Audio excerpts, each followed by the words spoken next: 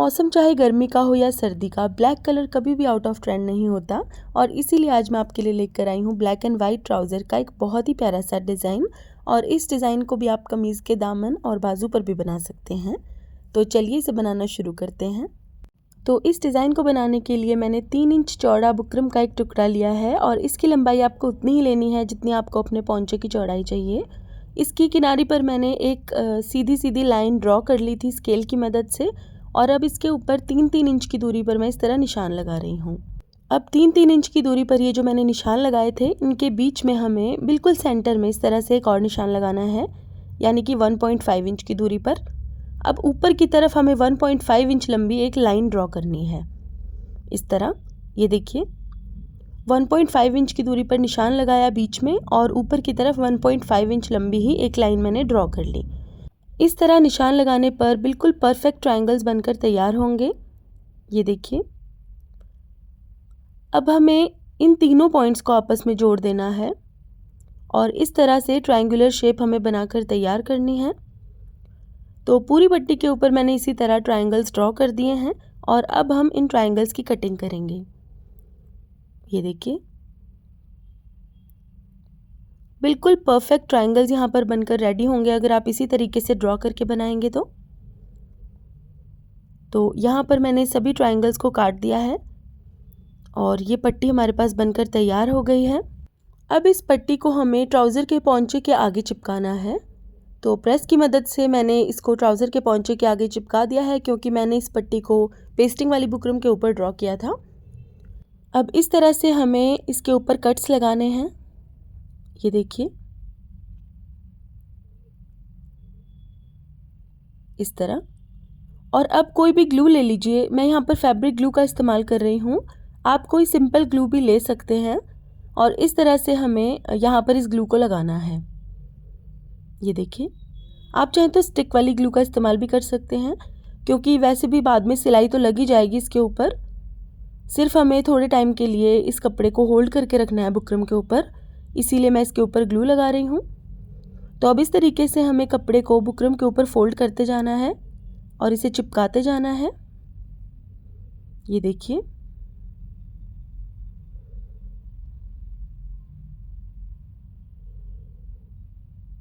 इस तरह।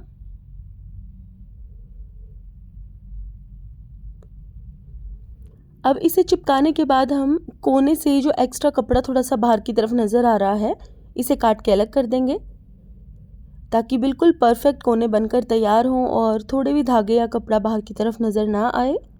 और अब हम इसको एक बार अच्छे से प्रेस भी कर लेंगे। ये देखिए कितना परफेक्ट सा पैटर्न हमारा यहाँ पर बनकर तैयार हुआ है। अब इसके आगे अटैच करने के लिए मैंने ऑर्गेन्जा फैब्रिक लिया है, जो मैंने बीच में से फ़ोल्ड कर लिया था और इसे अच्छे से प्रेस कर लिया था। फ़ोल्ड करने के बाद इस फैब्रिक की पट्टी की चौड़ाई थी 4.5 इंच। और अब इस ब्लैक फैब्रिक के नीचे ऑर्गेन्जा फैब्रिक को रखेंगे और एक कच्ची सिलाई लगाकर इसको पहले अटैच कर लेंगे और उसके बाद हम इन ट्रायंगल्स के ऊपर बिल्कुल सफाई से सिलाई लगाकर इस ऑर्गेन्जा फैब्रिक को अच्छे से अटैच करेंगे। ये देखिए बहुत ही सफाई से हमें यहाँ पर सिलाइयाँ लगानी होंगी। तो इसको सिलते हुए आपको स्टिच रेगुलेटर को 1 नंबर पर रखना है, मतलब बहुत मोटी मोटी सिलाई नहीं लगानी, बिल्कुल बारीक वाली सिलाई लगानी है। और सिलाई बिल्कुल किनारी के साथ साथ लगानी है, ज़्यादा दूरी पर नहीं लगानी।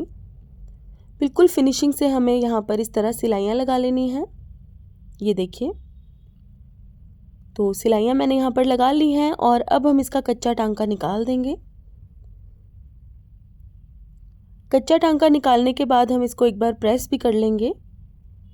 बिल्कुल परफेक्ट डिज़ाइन बनाने के लिए थोड़ी थोड़ी देर बाद आप डिज़ाइन बनाते हुए प्रेस ज़रूर कीजिएगा। तो ये देखिए इस तरह से मैंने यहाँ पर ऑर्गेन्जा फैब्रिक अटैच कर दिया है और अब हम अटैच करेंगे लेसेस। तो यहाँ पर मैंने ब्लैक एंड वाइट कलर की ये फ्लोरल लेसेस ली हैं जिनके ऊपर सीक्वेंस और मोती लगे हुए हैं। ये देखिए अब इन लेसेस के फ्लावर्स को काट के हमें अलग करना है। अब ये डिज़ाइन मैं पार्टी वेयर सूट के लिए बना रही हूँ, इसलिए मैंने सीक्वेंस और मोतियों वाले फ्लावर्स की लेसेस ली हैं। आप चाहे तो सिंपल फ्लोरल लेसेस भी ले सकते हैं या फिर रेडीमेड पैचेस भी ले सकते हैं। तो इस तरीके से मैंने इन पैचेस को काट के अलग कर लिया और अब इसकी किनारी को मैं लाइटर की मदद से इस तरह बर्न कर रही हूँ ताकि जो भी किनारी पर एक्स्ट्रा छोटे मोटे धागे हैं वो सब बर्न हो जाएं और बिल्कुल फिनिशिंग से हमारे पैचेस बनकर तैयार हों।